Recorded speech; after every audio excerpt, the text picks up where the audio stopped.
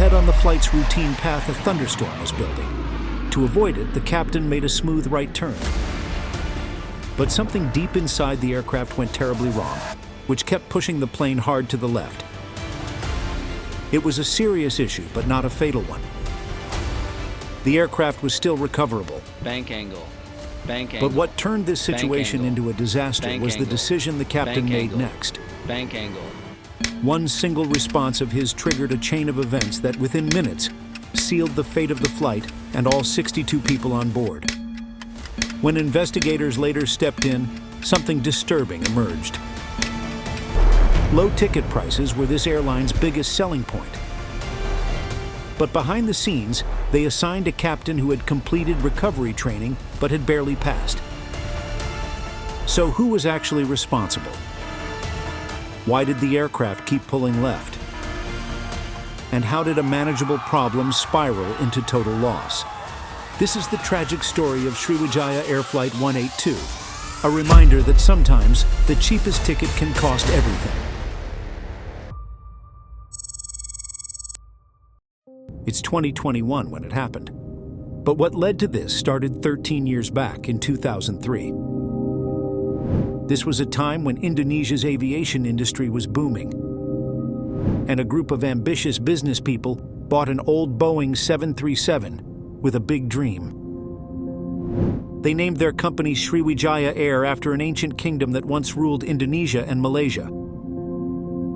And their goal was to start small with just one plane, flying between Jakarta and Pontianak. They knew that in Indonesia, running an airline is like printing money. So within months, they introduced a competing ferry service. And by 2011, just 8 years after launch, Sriwijaya Air became the third largest airline in Indonesia, giving the national carrier Garuda a real fight because of one X factor they had: the low ticket prices. It often used to be below $20, which was too good to be true.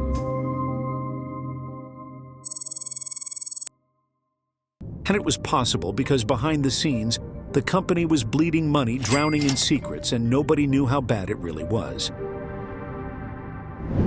By 2017, Sriwijaya Air was in freefall.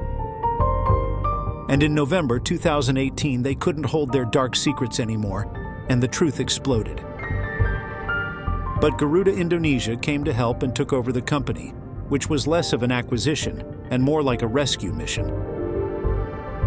Because the airline was bleeding cash, debts were piling up. $175 million owed to airports, oil companies, and Garuda itself. So what was the plan? Reform the company, make it profitable, and let it go. Which sounds simple on paper, but it had problems. Because Sriwijaya's managers resisted and said that they wouldn't help. Because they never wanted to lose control. Even by September 2019, Sriwijaya fired Garuda directors.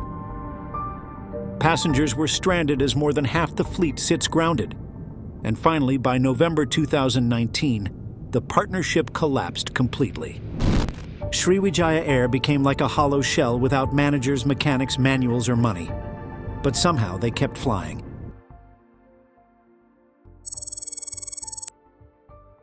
Even surprising that the plane that nobody wanted to fix was about to fly again. The Indonesian Aviation Authority ordered emergency inspections. But no public report ever appeared. And then came COVID-19. Global air travel collapsed. For Sriwijaya Air, which was already on life support, the pandemic should have been the final blow. But to everyone's surprise, what happened next was a miracle.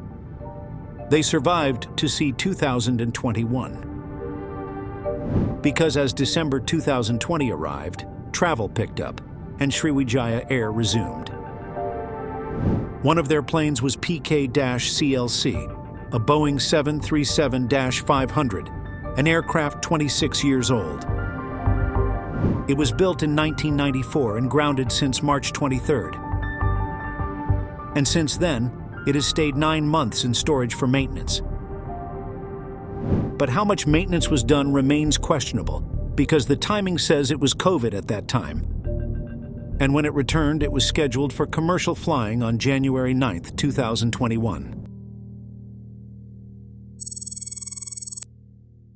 From Soekarno-Hatta Airport in Indonesia, 62 people climbed aboard to fly to Pontianak for a 1.5-hour flight, trusting a plane with a dark secret.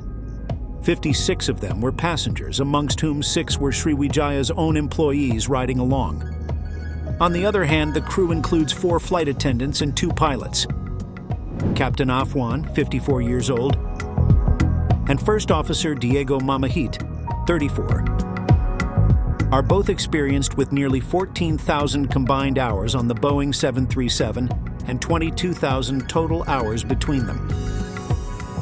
At 2:36 in the afternoon, Flight 182 takes off from Jakarta and is cleared to climb to 29,000 feet. The weather is overcast with scattered thunderstorms, but nothing unusual. So, everything feels routine. The pilots engage the autopilot and auto-throttle shortly after takeoff. In the cockpit, they're flying the plane through a panel called the Mode Control Panel, the MCP, where they input headings, altitudes, speeds, and climb rates, and then the autopilot does the rest. 2 minutes into the flight, they set a reduced climb rate of 2,000 feet per minute. And then far ahead, they spot a thunderstorm, and the first crack in their apparently perfect flight appears. And little did they know that a simple turn to avoid the bad weather was about to trigger a mechanical nightmare. First Officer Mamahit asks Captain Afwan if they should turn right to 70 degrees. As air traffic control approves, Captain Afwan turns the heading knob on the MCP, and the autopilot begins banking the plane to the right. Meanwhile, the reduced climb rate means they need less engine power now. They need thrust only to keep the speed steady. On a Boeing 737, the auto-throttle physically moves the thrust levers, just like a pilot would. There's no separate system. So when the auto-throttle commands less power, the thrust levers are automatically pulled back.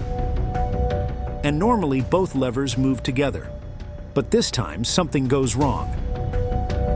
The left thrust lever starts rolling back, while the right thrust lever doesn't move at all, keeping the right engine at 91.8% power, while the left engine starts continuously decreasing. In simple terms, the right engine is still driving the plane, but the left engine is not, creating a push for the plane to the left. Meanwhile, air traffic control calls in and asks the plane to level off at 11,000 feet for crossing traffic. In response, Captain Afwan resets the altitude. The plane is now turning right as planned and set in the autopilot to avoid the storm.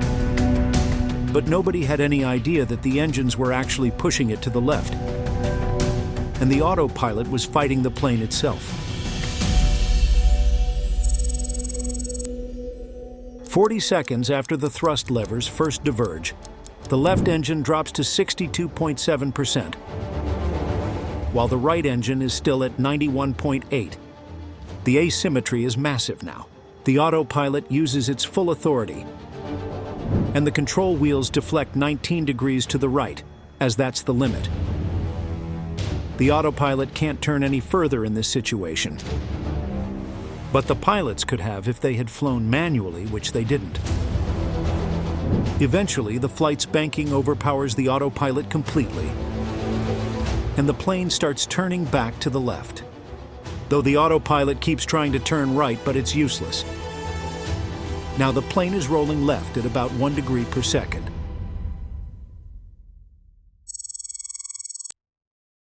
And just then, air traffic control gives them clearance to climb to 13,000 feet. And they have no idea they have seconds left to live.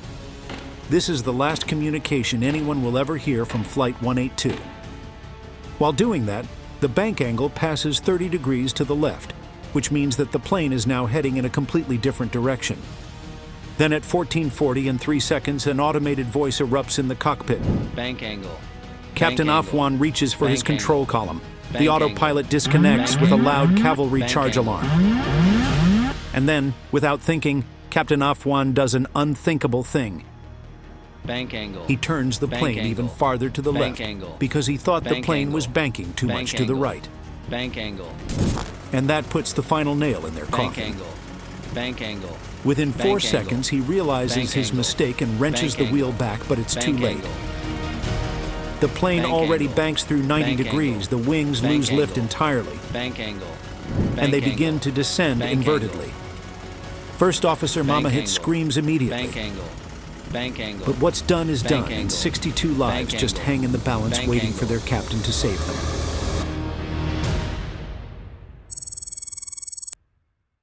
But again, what Captain Afwan does next dooms their fate even more. Desperate to stop Bank the dive, angle. Captain Afwan Bank pulls the angle. nose up sharply. Bank angle. Bank angle. But remember, they're Bank inverted. angle. So Bank pulling up angle. when you're upside down means you're straight toward the ground. And in Bank the blink of angle. an eye, the 737 is in a free Bank fall angle. toward the ocean. Bank angle. Bank Only a angle. few thousand Bank feet to angle. hit the ocean surface.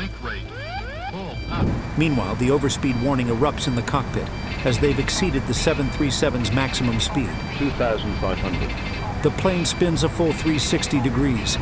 Captain Afwan somehow manages to level the wings by pulling the nose almost level, but it's already too late. With a roar like thunder, Sriwijaya Air Flight 182 slams belly first into the Java Sea at extreme speed, and the impact is so brutal that the plane breaks apart instantly. On the nearby island of Langkang, windows rattle, and fishermen dive for cover as metal rains from the sky. Just 25 seconds it took from the first bank angle warning to impact, and all 62 passengers and crew are killed. The search for answers begins where the plane ended, scattered across the ocean floor. Fishermen reach the crash site first, hoping to find survivors, but they find only debris. By the time rescue teams arrive, the operation becomes recovery. Only a few bodies are found intact. Some victims are never identified, and even the toxicology tests on the pilots cannot be done. Indonesia's crash investigation agency, the KNKT, takes over. Until the black boxes are found, investigators only start studying the flight data. And turned out that the first 3 minutes are normal. Then the auto throttle reduces engine power, and that's where everything goes wrong, as the right engine stays at high power and the left engine pulls back to idle. The auto throttle tried to compensate for the right engine being stuck at max power, but it should have shut itself off long before it got that far. But the question was, why did this malfunction happen? Why did the lever of the right engine refuse to pull back? KNKT investigators dig into a system called the Cruise Thrust Split Monitor, or CTSM, that checks whether both engines were producing the same amount of thrust during cruise or not, and disconnects the auto throttle if it can't correct a thrust asymmetry. 3 things happen together. First, the system sees that the 2 thrust levers are not in the same position. Second, it also sees if the auto throttle is not in go-around mode, because if this were an emergency climb, the auto throttle would be in go-around mode, but if it's not, the imbalance is not intentional. Third, it checks if the wing spoilers are slightly raised more than normal, because spoilers come up only when the pilots want to slow down or roll the aircraft. Since that's not the case here, their movement means the aircraft is quietly trying to correct a problem. Put together, it tells the system that there's a real imbalance in thrust, which is not commanded by the pilots. The Boeing 737-500 didn't originally come with it, but after a series of incidents involving asymmetric thrust with the auto throttle engaged, Boeing installed the system. And in 2000, the FAA made installation mandatory. This aircraft also had it installed, and if it works correctly, the CTSM should disconnect the auto throttle within seconds of the problem starting. But on Flight 182, the auto throttle stayed engaged, which directly means the CTSM failed badly. And the timing revealed why it failed. It's the spoiler sensor that was lying, and the safety system believed the lie. And that takes us to an even deeper question. Why did the spoiler lie like that? Actually, the moment Captain Afwan turned the control wheel past 19 degrees, the auto throttle switched off. When the autopilot turned the aircraft, the spoilers actually moved more than 2.5 degrees, but the system received a smaller value, so it did nothing. And when the captain turned the wheel even more, the value finally crossed the limit, and the auto throttle disconnected. By then, the left engine was already at idle, and the aircraft was no longer under control. The faulty parts were never found, so investigators could not confirm why the sensor sent the wrong value to the system. The most likely cause is a maintenance error that went unnoticed for years. But the spoiler sensor wasn't the only thing broken on this flight, because the second problem had been screaming for attention for 8 years, since 2013. 65 reports of that problem had been submitted, but nobody connected the dots. Yeah, since November 2013, pilots reported 65 auto throttle failures. 61 of those involved an uneven thrust between the engines. The problem started around the same time and kept happening for 7 years, right up to the crash. Each time a fault was reported, engineers said it was fixed, but after the crash, the damaged parts could not be checked. So investigators focused on what the engineers had done before. And what they found out might make you furious. Most of the time, they only cleaned electrical connectors, reset the computer, and ran built-in tests. The tests always showed no problem, so the plane was cleared to fly again. But the failures kept returning because the real cause was never fixed.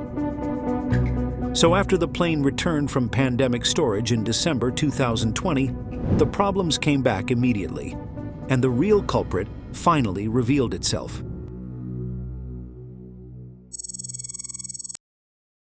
But there was still one thing to consider. When the auto-throttle computer was replaced, the mystery should have been solved. Then, why didn't it work? Actually, after coming out of storage, the auto-throttle computer was replaced on December 30th, 2020, just 10 days before the crash. But the fact that the problem happened again on the accident flight proves the computer wasn't the issue. The auto-throttle's servo motor, which moves the thrust levers, was also ruled out. It was recovered after the crash, and no defects were found. The next suspect was the right engine itself, as it was replaced multiple times between 2013 and 2021. But turned out that was not the faulty one either. So one more major suspect remained: the linkages between the servo motor and the thrust levers themselves. Because these linkages weren't recovered, but excessive friction in the right thrust lever linkage would explain everything. Actually, here remains a device called the auto throttle torque switch, which allows the pilot to override the auto throttle by applying force to the thrust lever. If the auto throttle encounters more than 2 pounds of resistance, the torque switch trips and the servo motor disconnects from that thrust lever. Then the pilot can move it freely. But if there's excessive friction in the linkage, the torque switch could trip even when the pilot isn't overriding anything. So, is it what happened here? The answer was in the manual the entire time, and nobody ever looked in the 7 years.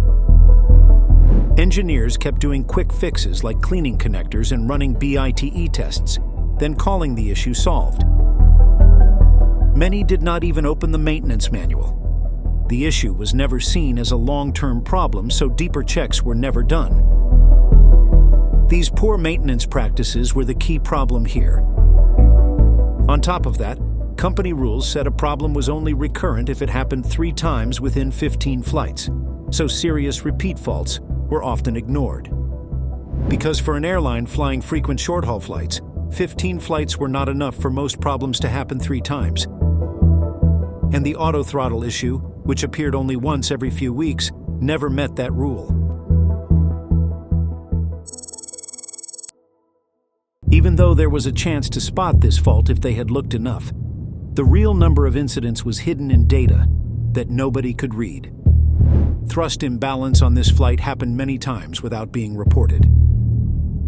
The airline downloaded flight data after every trip, but could not read it because it lacked the tools. When the data was checked later, it showed many such events in 2020 and the next year. Each time, the same thing happened. As the system reduced power, the right thrust lever got stuck and the left one kept moving. So the auto throttle usually stayed on, likely due to a faulty sensor. Lucky in those flights, the imbalance lasted from half a minute to several minutes, so they didn't crash. But crews from those 7 flights were later questioned, and the findings were shocking. 5 of the 7 crews didn't recall noticing the asymmetry, and none of them recorded the event in the technical log or reported it to the airline. Only one incident in particular revealed a terrifying truth, which happened on March 15, 2020. During the climb, the auto throttle reduced power. The right thrust lever was stuck while the left kept moving, creating uneven engine thrust. The autopilot tried to correct it but could not. The aircraft began banking left and did not respond to a heading change. The bank reached 41 degrees, triggering warnings. The captain took manual control and switched off the autopilot and auto throttle. Then he briefly overcorrected, leveled the aircraft, and adjusted the thrust. But the incident was never reported and was later found through flight data. Why? Because he was Captain Afwan, the same man who died in the crash of Flight 182. So basically, Sriwijaya Air had a clear pattern. Many pilots were not properly watching their instruments. Several crews failed to notice uneven engine thrust that lasted for minutes. In some cases, it continued until the autopilot could no longer keep the plane stable. Even when pilots noticed the problem, most did not report it. This problem was not dangerous by itself. The solution was simple. Turn off the auto throttle, match the thrust levers, continue the flight. A non-flying pilot should have noticed it during a normal scan by seeing uneven engine readings or the autopilot turning the control wheel to compensate. The fact that many crews only noticed anything after bank angle warnings showed how badly basic monitoring had broken down. Still, to understand what happened on Flight 182, investigators needed the cockpit voice recorder. After months of searching, it was found on March 30th that year, and what it revealed was troubling. Captain Afwan's microphone had failed, so most of his voice was not recorded. The audio mainly contained short statements from the first officer. There was no sign that either pilot was actively monitoring the aircraft as it slowly rolled left. When altitude was called out, the plane was banking right, but 17 seconds later, it was banking left. And in that time, the wrong turn should have been obvious on the flight display. Still, it was not noticed. The airplane was flying in clouds with no visible horizon. The pilots had to rely on instruments only, but they were misled by what they expected to see. The autopilot was turning the control wheel to the right to fight the left roll. Because the crew expected a right turn, that control input felt correct. This likely caused confirmation bias. They trusted one cue and ignored others. Even when the bank warning sounded, recovery was still easy. All they had to do was roll right, turn off the auto throttle, and fix the thrust. Instead, the captain reacted the wrong way for several seconds. As a result, the plane rolled upside down. Startled, he tried to recover but made a fatal mistake. While the aircraft was still inverted, he pulled the nose up. But upset recovery training teaches one core rule. If the bank angle is greater than 60 degrees, level the wings first. Pitch control comes later. So pulling up while inverted forces the aircraft into a steep dive. And that's exactly what happened. The plane entered a spiral dive and rotated fully. It exited, pointing almost straight down. The descent rate reached about 45,000 feet per minute. At that altitude, recovery was impossible. Investigators were alarmed because the captain had completed mandatory upset recovery training, though his record showed he barely passed. When investigators observed Sriwijaya Air's training, the reason became clear. Procedures had been changed without explanation. Critical concepts were poorly taught or not taught at all. Instructors did not explain why the steps mattered. Trainees repeatedly made serious errors during simulations, including pulling up before leveling the wings. Instructors had to intervene to prevent crashes. So the problem was not just one pilot. The problem was the entire airline. Maintenance failures allowed known defects to continue for years. Poor reporting hid recurring problems. Weak training left crews unprepared for simple issues. It was surprising how the airline had avoided disaster for so long. And how dare an airline become so reckless? This is because the airline leadership in Indonesia operates with little accountability. Regulators lack power or independence. If it were not in Indonesia, Sriwijaya Air would likely have been grounded long before. Instead, they kept flying and paid the price most brutally. This crash was not caused by one mistake. It was the result of years of ignored warnings. And so, ask this. How many failures can pile up before disaster becomes inevitable? And who is responsible when everyone looks away? If this story made you think, share it. And if it unsettled you, that's the point. Subscribe for more deep dives where accidents are not just explained but questioned.